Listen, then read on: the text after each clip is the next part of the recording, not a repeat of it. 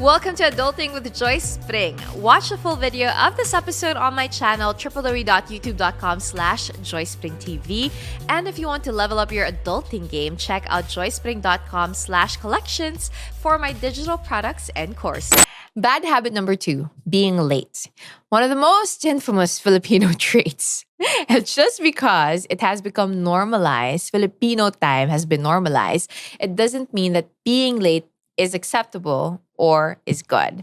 Now, being early or on time is still the best practice, especially for important appointments like job interviews, doctor's visits, exams, and even just meeting up with your friends, because it really shows that you have respect for their time.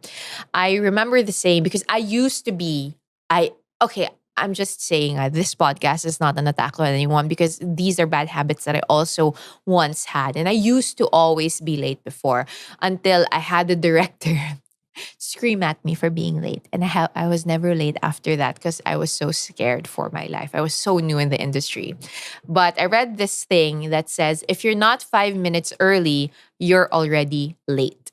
And that changed my perspective, because I would show up early, at least 5 minutes earlier, sometimes 30 minutes early. So, you could just settle in, hindi ka nagmamadali. And that changed everything. It also made me realize that people started appreciating that you respected their time. And sila na yung nahihiya, and they also end up being there on time as well. So how do we take action for this? When going somewhere, target to arrive early instead of right on time. As I've mentioned, have something to keep yourself occupied to pass the time while waiting. This is something that I often did before when I would do tapings or, hosting events. I would arrive at least an hour and a half before the show started, so I could read my script, read a book, have a coffee, and just kind of settle in. Being early for your appointment might kind of bore you for 15, maybe 20 minutes. But if you can try to be productive in those 15, 20 minutes, like you target to be early in the doctor's appointment, for example, for 15 minutes, and you arrive there 15, 20 minutes early, maybe you can do your emails. Maybe you can read a book. Maybe you can have, brunch, a rolling brunch on the go.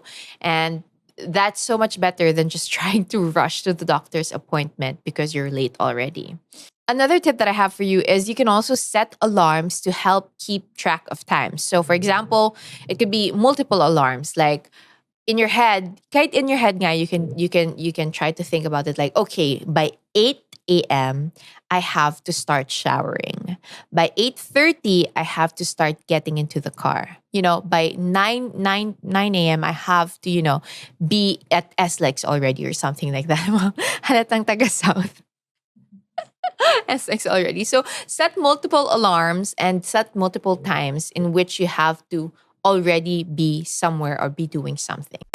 That's it for this episode of Adulting with Joyce Pring. If you liked this podcast, please don't forget to use the hashtag Adulting with Joyce Pring, and also check out www.joycepring.com for the show notes, and tag me on social media with at Joyce Pring. I'll talk to you guys again soon. Paalam!